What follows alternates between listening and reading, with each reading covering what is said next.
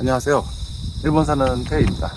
유튜브에 이제 업로드를 술김에 한 이유가 그 쇼츠라고 해야 하나요? 거기 이제 좀 일본에 대한 잘못된 영상도 올라오고 또 이제 일본 이민이나 유학을 너무 어렵게 생각하시는 분들이 있는 것 같아가지고 그 설명하려고 좀 술김에 하게 됐는데, 그래서 아마 다음번이나 다다음번 정도에 일본 좀 이민을 쉽게 하는 법, 유학을 쉽게 하는 법, 그런 걸 좀 설명을 드리려고 하는데, 그 전에 그 일본 이민이나 유학을 하시는 안 되는 분들을 말씀을 드려야 될 것 같아요. 그러니까 내가 일본이나 일본 유학이나 이민 어학연수 이런 거를 하려고 하는데 잘 맞는 사람들은 잘 맞지 않는 사람들을 생각해 보면 자기가 잘 맞는지 안 맞는지 알 수가 있거든요. 첫 번째로 이게 의외일 수도 있는데 한국 음식을 너무 좋아하시는 분들은 일본에 맞지 않습니다.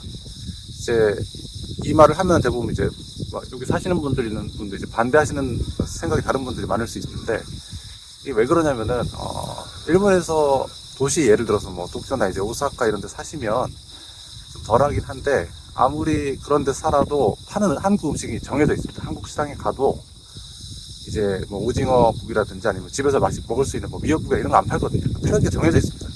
파는 게 순두부, 불고기, 삼겹살 이렇게 정해져 있기 때문에 한국에서 이제 어렸을 때부터 이제 먹어온 한국 전통 음식이라고 해야 되나? 그 가정 음식이 있잖아요. 그런 것들은 안 팝니다. 그런 것들을 먹으려면 결국 자기가 해 먹을 수밖에 없고, 요리가 안 되시는 분들은 포기하고 살아야 되거든요. 그러니까 예를 들어서 참외 같은 거 일본에 없습니다. 참외도 일본에 없고, 또 한국에서 이제 쉽게 먹을 수 있는 예를 들어 산나물 같은 것도 일본에서 잘 없습니다. 그렇기 때문에 의외로 한국 음식 그러니까 밀가루 음식 싫어하고 단 거 싫어하고, 일본 사람들 단 거랑 밀가루 음식 이런 거 되게 좋아하거든요.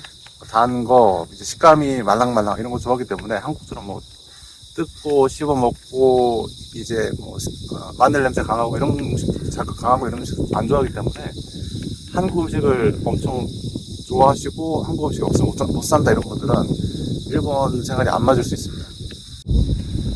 두 번째로 이제 생각해 볼 수 있는 게, 일본에서 사시면 안 되는 분들 어떤 분들이 있냐면 이제 술 좋아하시고 사람들이랑 이제 어울리는 거 좋아하시고 등산 모임 가시고 동창회 가시고 이런 분들은 안 맞습니다. 그 일본은 이게 한국 사람 이게 일본에 대해 오해를 많이 하는 것 중에 하나가 그 카카오톡이나 이제 라인 같은 걸 하면 일본 사람들 연락이 느리다 그런 얘기를 많이 하는데, 사실 제가 느끼기에는 한국 사람들이 연락을 엄청 많이 합니다. 연락을 많이 하는 나라들이 있죠. 근데 이제 일본 사람들이 연락을 제 개인적인 생각이라는 이제 한국 사람들이 연락을 많이 하는 이유가 항상 누군가와 연결되어 있는 느낌을 받고 싶어요. 그러니까 어디에 소속되어 있거나 누군가 연결이 되어 있는 느낌을 받고 싶어 하기 때문에, 한국 같은 경우는 짧게 이제 텍스트를 많이 보내잖아요. 짧게 지금 밥 먹었어? 그 다음에 연락 답장이 오면 또 반응하고 이런 식으로 짧게 계속 연락을 하는데, 일본 같은 경우는 반대입니다. 그러니까 뭔가 이제 할 말이 정말 있었을 때 그거를 길게 이제 정말 편지를 쓰듯이 설명하듯이 메일을 보냅니다. 그러니까 일본 사람들은 한국 사람들처럼 어딘가 이제 소속돼 있거나 누군가 항상 결속돼 있는 느낌을 원하는 사람들은 못 본 것 같습니다.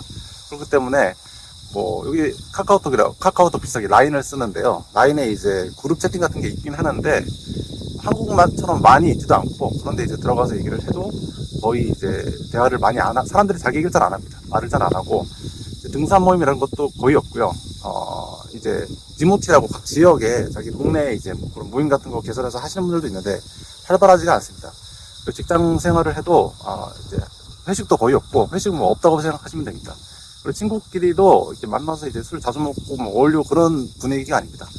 그게 또 어디서 느낄 수 있냐면은, 이제 한국은 MMORPG라든지 옛날에 이제 리니지나 그런 이렇게 사람들이 모여가지고 하는 게임이 많이 발전을 했잖아요. 일본은 이제 혼자 하는 콘솔 게임이 많이 발전을 했거든요. 그걸 봐도 이제 두 나라의 성향 차이를 느낄 수 있습니다. 제가 여기 살면서 한국으로 돌아가신 분들 몇 분을 봤는데, 이제 많이 돌아가시는 게 외로워서 많이 돌아갑니다. 말도 많이 하시고 사람들이랑 잘 어울리고 이런 걸 좋아하시는 분들인데, 결국 이제 일본 사회에서 이제 그런 한국처럼 이제 생활이 이제 모임 같은 게 잘 안 되고, 자기가 이제 그러니까 사람들 어울리고 이런 게 잘 안 되다 보니까 외로움을 느끼고 돌아가시는 분들을 제가 몇 분 봤습니다.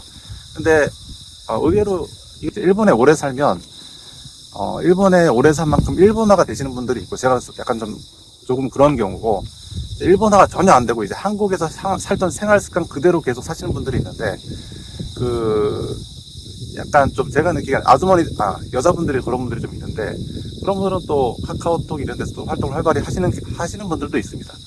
근데 일반적인 한국 남자가 일본에 와서 산다? 그러면은 한국에서 즐겼던 그런 뭐 이국 문화라든지 아니면 그룹 생활 이런 것들은 좀 포기하시는 게 편합니다.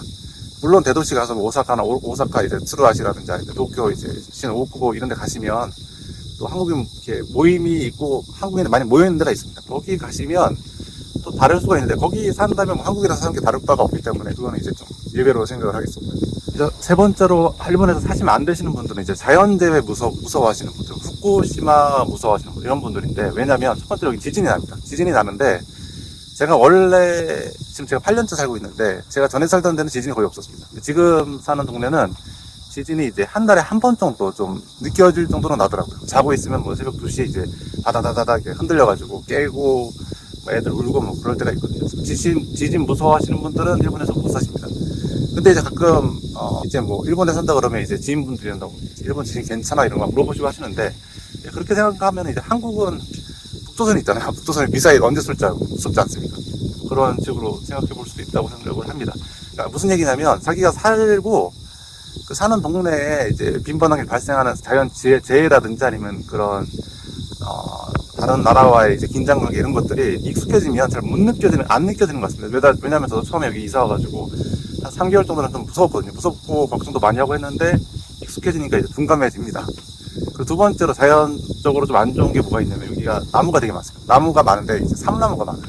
옛날에 막 전쟁 겪고 이러면서 이제 나무를 다 잘라서 배다 쓰고 이제 그거를 이제 보충하려고 이제 삼나무를 엄청 많이 심었어요. 삼나무를 많이 심어가지고 그 1년에 이제 뭐 일본에 사신 지 뭐 얼마 안 되신 분들, 뭐 1년, 2년, 3년 정도 되신 분들은 못 느낄 수도 있는데 저 처음에 한 3년간은 꽃가루 알레르기 없었습니다. 근데 그 꽃가루 알레르기라는 게 찾아보니까 그 바로 이제 발증이 되는 게 아니고 이제 시간이 흘러서 그 꽃가루가 체내에 쌓여서 어느 순간 역치를 넘기면 그때 이제 발병을 하는 것 같더라고요.